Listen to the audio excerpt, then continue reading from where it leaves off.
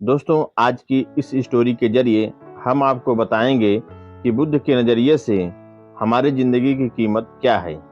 हम में से बहुत से लोग अपनी ज़िंदगी की वैल्यू नहीं समझते और अपने जीवन को ऐसी चीज़ों में बर्बाद कर देते हैं जिनसे हमारा नुकसान ही होता है।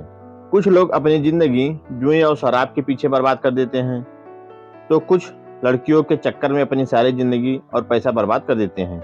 तो दोस्तों, आज की इस स्टोरी के जरिए हम जानेंगे कि हमारी ज़िंदगी कितनी कीमती है और हमें अपनी इस कीमती ज़िंदगी को किस तरह जीना चाहिए। तो दोस्तों, आज की इस स्टोरी के जरिए हम जानेंगे कि हमारी ज़िंदगी कितनी कीमती है और हमें अपनी इस कीमती ज़िंदगी को किस तरह जीना चाहिए। एक बार की बात है, गौतम बुद्ध अपने शिष्यों को जिंदगी से जुड़ी अच्छी बुरी चीजों का ज्ञान दे रहे थे। सभी शिष्य उनकी बातों को ध्यान से सुन रहे थे। उन सभी में एक शिष्य ऐसा था जिसे प्रश्न पूछने की बहुत आदत थी। वो उठकर गौतम बुद्ध के पास गया और उनसे बोला, आप हमें जिंदगी के बारे में जो कुछ सिखा रहे हैं उस सब का क्या फायदा, क्योंकि हम में से बहुत से बच्चों को ये भी नहीं पता कि हमारे जीवन का मूल्य क्या है और ये जीवन हमारे लिए कितना कीमती है। पहले आप हमें ये बताइए कि इस जीवन का मूल्य क्या है। अपने शिष्य की बात सुनकर गौतम बुद्ध अपने कक्ष में गए और एक चमकता हुआ पत्थर का टुकड़ा लेकर आए। वो टुकड़ा उन्होंने अपने शिष्य को दिया और बोले, मैं तुम्हें इस जीवन का मूल्य तब बताऊंगा जब तुम इस पत्थर का सही मूल्य पता लगाकर आओगी। साथ ही ये ध्यान रखना कि तुम्हें ये पत्थर का टुकड़ा किसी को बेचना नहीं है। गौतम बुद्ध की बात मानकर वो शिष्य बाजार की तरफ चला गया। बाजार में सबसे पहले उसकी नजर एक फल बेचने वाले पर पड़ी और उसने वो पत्थर उस फल वाले को दिखाया और बोला, इस पत्थर के बदले आप मुझे कितने फल दे सकते हो।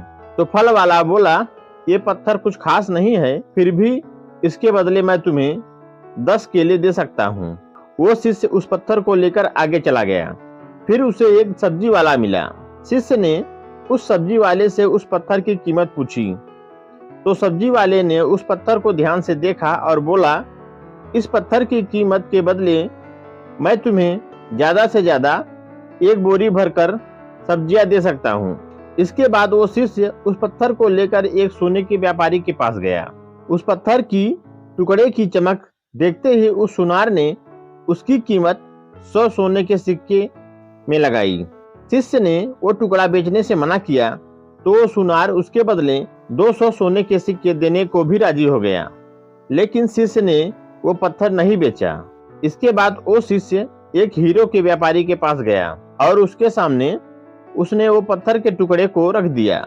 उस पत्थर को देखते ही हीरो के व्यापारी ने एक साफ कपड़ा बिछाया, उस पत्थर को उसके ऊपर रखा, फिर उसकी परिक्रमा की और हाथ जोड़कर उस पत्थर को लपेटते हुए वो बोला, जिसे तुम मामूली पत्थर समझकर उसकी कीमत पूछ रहे हो, असल में ये एक बेशकीमती रूबी है।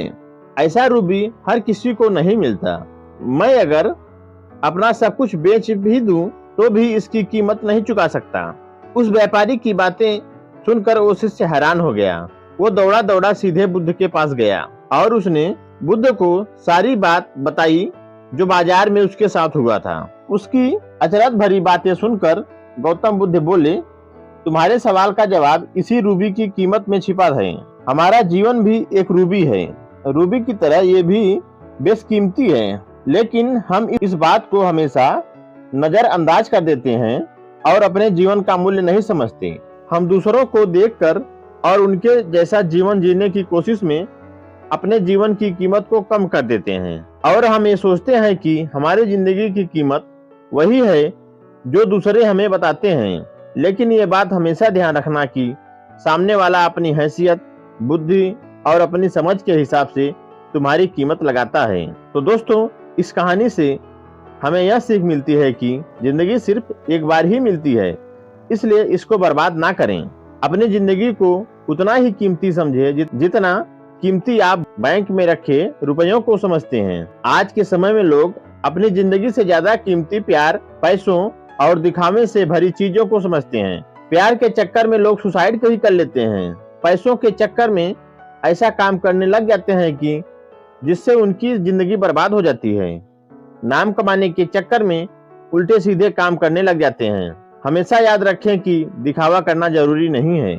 प्यार दोबारा मिल सकता है, पैसा फिर कमाया जा सकता है, लेकिन जिंदगी को फिर से नहीं पाया जा सकता। इसलिए अपनी इस बेशकीमती जिंदगी को अच्छे से जिएं, हर पल का आनंद लें। कभी ये ना सोचें कि आप इस दुनिया में किसी काम की नहीं है, ना कभी ये सोचें कि आपकी जिंदगी व्यर्थ है। आपके होने या ना होने से कुछ फर्क नहीं पड़ता। जब भी ऐसे निगेटिव विचार आपके मन में आए तो खुद को बस ये याद दिलाएं कि जीवन एक रूबी है और ये बेशकीमती है। तो दोस्तों, ये कहानी आपको कैसी लगी हमें कमेंट करके जरूर बताएं, और हमारे चैनल पे नए हो तो हमारे इस चैनल को सब्सक्राइब कर लें। धन्यवाद।